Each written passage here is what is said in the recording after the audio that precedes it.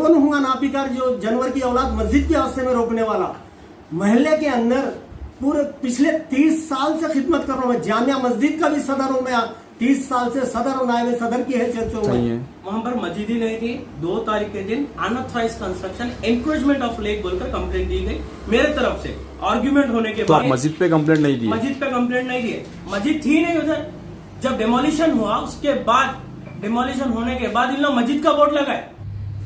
शहर हैदराबाद ओल्ड बोइनपल्ली हशमतपेट इलाके से जनाब मोहम्मद उमर और जनाब मोहम्मद शाद कुरैशी की ये तफसीली बयान दी गई है, जिस पर कुछ गुज़िश्ता 2 दिनों से जो एक वीडियो वायरल किया जा रहा है, जिनमें इन्हें बदनाम करने की एक नाकाम कोशिश की गई है। तफसीलात के मुताबिक इन्होंने ऐसे एक एलिगेशन इन पर लगा है कि जो 17 लाख रुपए कुछ इन्होंने किसी और से लिए हैं और मस्जिद का काम रुकवा कर, जो कि एक बेबुनियाद बात बताई गई है। ये एक मेमोरेंडम ऑफ अंडरस्टैंडिंग के तहत जिन्होंने इन पर एलिगेशन लगाई है, उनके दरमियान और जनाब मोहम्मद उमर साहब के दरमियान एक MOU एग्रीमेंट हुआ है, जिसमें 17,62,000 रुपये की रकम लिखी गई है। वही अमाउंट पूछने के लिए ये वहाँ पर उनसे बार बार रब्ता कर रहे थे। इसी राब्ते को लेकर उन्होंने ये बताया कि मजलिस से ताल्लुक़ रखने वाले उमर साहब और शाद साहब ने इन्हें डरा धमका कर पैसे वसूल किए हैं, जो कि ना बिल्कुल ही बेबुनियाद इल्ज़ाम है। इन्होंने मीडिया के सामने आकर ये बताया कि 17,62,000 इनको कहाँ से आने हैं और किस वजह से ये उन पर पैसे पूछ रहे हैं और ले रहे हैं। ये और बात है कि कुछ लोग मजलिस का नाम इससे जोड़कर मोहम्मद उमर साहब और मोहम्मद शाद साहब की छवि को ख़राब करने की नाकाम कोशिश कर रहे हैं। हम उनसे अदबन गुजारिश करते हैं कि ऐसे नाकाम हरकतें ना करें, वरना इसको भी जमहूरी दायरे में रहकर इसका जवाब भी दिया जाएगा। अस्सलाम वालेकुम, मेरा नाम मोहम्मद उमर है।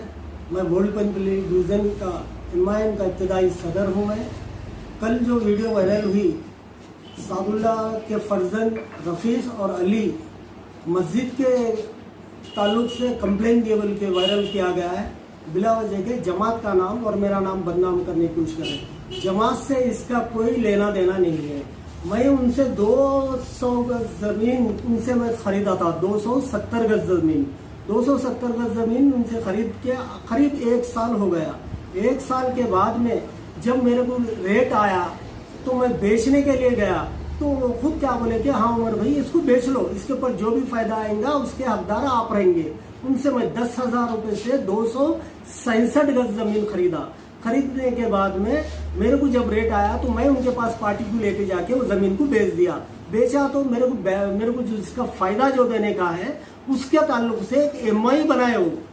ये देखिए MOU बना के दिए कि आपको 7,000 रुपये के हिसाब से आपका फ़ायदा आपको दे देंगे। ये MOU उनके रफ़ीक और अली की सिग्नेचर से इसके अंदर वो हकीकत है 17 लाख 18 लाख जो बोल रहे हैं, उसमें यह है मैं वाकई उनसे 10 लाख चिल्लर रुपये ले लिया हूँ, दे दिए हूँ, और मेरा बैलेंस अमाउंट 5 लाख चिल्लर रुपये आने का है। तो मैं उनसे उनसे पूछने के बाद में वो क्या बोले, एक दिन पहले मैं पूछा तो क्या बोले, उमर भाई कल दोपहर में आके आपका अमाउंट ले लो और आपके फर्जंद को लेके आओ। मैं ठीक है बोल के चले गया। वहाँ पे जाने के बाद बिठाकर ये बात बोल रहे हैं कि मैं बहुत देर बैठा, मैं तकरीबन 1 घंटा 1.5 घंटा बैठा। बैठने के बाद में मेरे खाने पे आने के लिए मेरे घर पे से फ़ोन आया, मैं घर पे आ गया। आने के बाद मेरा फर्जंद, मेरा बेटा मोहम्मद सुल्तान वहाँ बैठे हुए थे। उनको बिठा के ये बोल रहे हैं कि उनका पर्सनल इशू है, उनके ख़ानदानी एक डिस्प्यूट है जिसके अंदर उनके दोनों में तनाज़ा चल रहा। वो दोनों के तनाज़े में लोग एक दूसरे को नोटिसा भिजा दे रहे हो लोग, वो काफ़ी अरसे से उनका चल रहा, उनका मसला है वो। तो इन्हें पैसे देता हूँ बोल के बुलाकर क्या बोल रहे हैं कि हमारे भाई मेरे ताया के बेटे मेरे को नोटिसा भिजा रहे हैं, आप क्या करो, उनका मकान दिलखुश नगर में है, उसके ऊपर कंप्लेन दो। ऐसे टेबल पे मार के बोल रहे हैं कि उनके ऊपर कंप्लेन दो, उनका घर तोड़ेंगे तो आपका बैलेंस अमाउंट देंगे, वरना आपका बैलेंस अमाउंट नहीं देंगे। तब मैं बोला कि मैं क्यों इंटरफेयर हूँ आपके फैमिली के इशू में, फैमिली मसला है, आप क्या भी कर लीजिए, जो हम आपसे एग्रीमेंट करे हुए MOU करे हुए जो बैलेंस अमाउंट है वो हम आपको दे दो। तो उन्होंने बोले कि मैं नहीं दे दूं बैलेंस अमाउंट जब तक कि आप मेरे पर्सनल इशू में आपको मेरे को हेल्प नहीं कर दे। अरे भाई मैं नहीं आता उसके अंदर। जब डिनाई करने के बाद हीटेड आर्गुमेंट हो गया, उसके बाद मैं आकर कंप्लेंट दिया 2 तारीख को। किसको दिया? GHMC कमिश्नर लोकेश कुमार साहब को दिया और एनफोर्समेंट डिपार्टमेंट को दिया कि unauthorized construction and encroachment of lake बोल के दिया। तो 3 तारीख के दिन एनफोर्समेंट डिपार्टमेंट वाले आए, आकर एनफोर्समेंट वाले डिमोलिशन करे। डिमोलिशन के बाद 5 तारीख के दिन ये लोग क्या करें, मस्जिद का बोर्ड लगाए कि यहाँ पर मस्जिद थी, जबकि वहां पर मस्जिद नहीं थी, कंस्ट्रक्शन घरा बन रहे थे उधर। वो घरा टूटने के बाद अपनी लेक लैंड बचाने के लिए मस्जिद का इस नाम इस्तेमाल करें।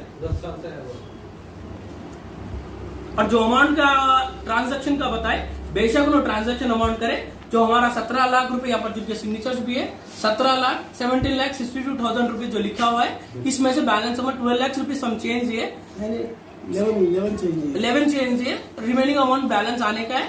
उसको ये इशू को मस्जिद के इशू से ताल्लुक कर अलाइन कर रहे हो। तो ये आप मस्जिद पे कंप्लेंट दिए बोल के बोल रहे हैं, ये कहाँ तक सही है? वहां पर मस्जिद ही नहीं थी। 2 तारीख के दिन unauthorised construction encroachment of lake बोलकर कंप्लेंट दी गई मेरे तरफ से। आर्ग्यूमेंट होने के बाद कि अरे भाई हमारे अमाउंट नहीं दे रहा, एनक्रोचमेंट ऑफ लेक बोलकर कंप्लेंट देने के बाद एनफोर्समेंट डिपार्टमेंट। तो आप मस्जिद पे कंप्लेंट नहीं दी? मस्जिद पे कंप्लेंट नहीं दिए, मस्जिद थी नहीं उधर। जब डिमोलिशन हुआ, उसके बाद डिमोलिशन होने के बाद इन लोग मस्जिद का बोर्ड लगाए, इफ्तिताह करे कि हम मस्जिद बना रहे बोले।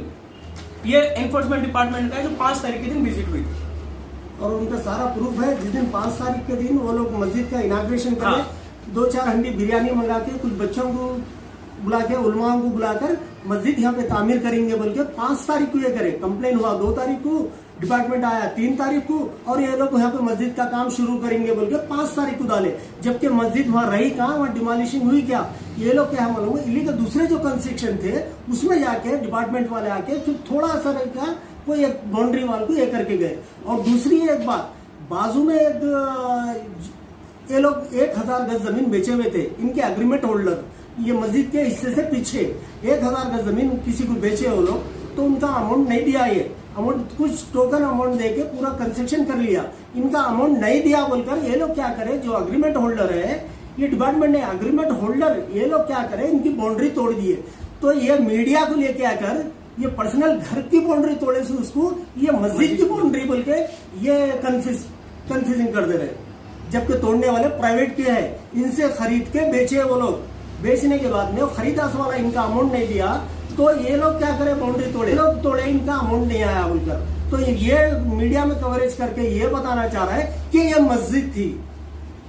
तो आपके कंप्लेंट के हिसाब से जो आप कंप्लेंट दिए उससे मस्जिद का कोई लेना देना नहीं है बोल रहे आप? कुछ नहीं है, कुछ भी नहीं। जो आप अमाउंट, वो लोग जो एलिगेशन लगा रहे हैं कि डरा के धमका के लिए, वो तो आपको आने का अमाउंट है। MOU लिख कर उनके सामने है कि हमारा अमाउंट देने का था, वो भी प्रूफ एलिगेशन है। है। आप पूरी तरीके से इसको सही तरह से दिखा दिए, बैलेंस देना बोल के पीछे भी लिखा है, लिखा कर बिला वजह उनके खानदानी मसले में हमको इन्वॉल्व कर रहे। तो गुस्से में बच्चा क्या कर दिया, तुम्हारे इतने सारे परेशानियां रख लेने के बाद, इतने सोचे रखने के बाद में तुम हमको टॉर्चर कर रहे बोल के बच्चा एक मैसेज कर दिया डिपार्टमेंट को। तो उसके ऊपर लेकर इस तरीके से ये कर रहे। कौन हुआ नापिकार, जो जानवर की औलाद मस्जिद के हादसे में रोकने वाला? महल्ले के अंदर पूरे पिछले 30 साल से खिदमत कर रहा हूँ मैं, जामिया मस्जिद का भी सदर हूँ मैं, 30 साल से सदर और नायब सदर की हैसियत से हूँ मैं। नौजवान तंजीम मिलत का सदर पिछले 25 साल से हूँ। आप लोग क्या करो, इंक्वायरी करो, हर घर घर पे जाके, हर नौजवान से जाके पूछोगे उम्र का क्या रवैया है, किस तरीके से सोशल एक्टिविटी। और एक एलिगेशन ये लगाया गया कि यहाँ पर एक कट्टे पे मस्जिद है जो कोर्ट में इशू चल रहा है, वो भी हम रुकाए। तो हम ये बताना चाह रहे हैं, जब सबसे पहले मस्जिद रुकी तो पाशा कादरी साहब और माजिद साहब अलवाल पुलिस स्टेशन में धरना देकर जो TRS कायदीन पुलिस स्टेशन में थे उनको छुड़ाए, और ये एलिगेशंस लगा रहे कि वो भी मस्जिद हम रुकाए।